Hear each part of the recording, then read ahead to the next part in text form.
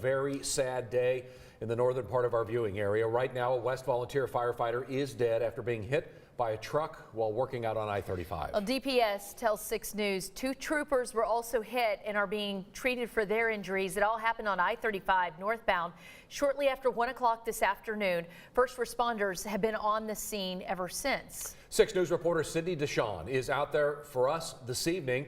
Let's go to her now. Sydney, what else can you tell us about what you've learned today?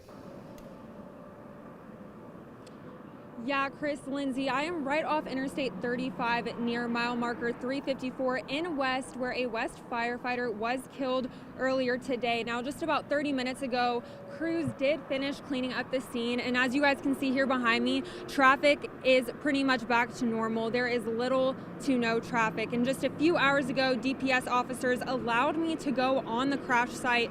We did not get any footage because the investigation is still ongoing, but what I can tell you guys is this was a horrific scene and a heartbreaking moment for the Central Texas community.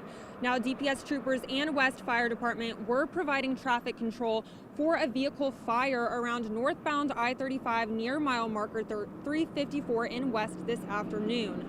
The inside lane was shut down with traffic control devices and a fire truck and 2 DPS patrol units. About 30 minutes after crews arrived, a Peterbilt truck tractor semi-trailer struck the fire truck and 2 patrol units, disregarding the vehicles and devices. Now, 1 West firefighter is dead and 2 troopers are being treated for their injuries. The investigation is still active and ongoing.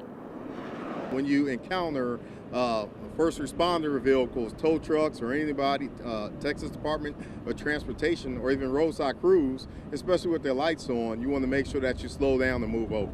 So slowing down requires you to slow down 20 miles per hour below the speed limit, or vacate the lane that you're in if you're on the multi-lane roadway. That way you can give that little cushion to make sure that the first responders or whoever's on the side of the road is in a safe place. Now, this isn't the first time the West Fire Department is dealing with a tragedy. The department also lost 5 firefighters in the West fertilizer plant explosion back in 2013. Now at 6, we hear more from the mayor, Tommy Muska, about the West Fire Department, who shares how close this community really is. That is all I have for him right now. For now, live in West, Sydney Deshawn, 6 News. Yeah, thank you so much, Sydney. Of course, Tommy was there when those 9 firefighters were killed as well. Right. He's gone through this before. It's got to feel like, oh no, here we go again. Well, but it sounds like a very strange accident on the interstate. And speaking to the closeness of the community, I mean, you and I were able to reach out to friends right away. So we know who the firefighter was, and we are thinking about his family, of course, right now, and those DPS troopers, but a very tight-knit family. Yeah, so we'll continue to cover this. West is a city where everybody tends to know everybody for sure.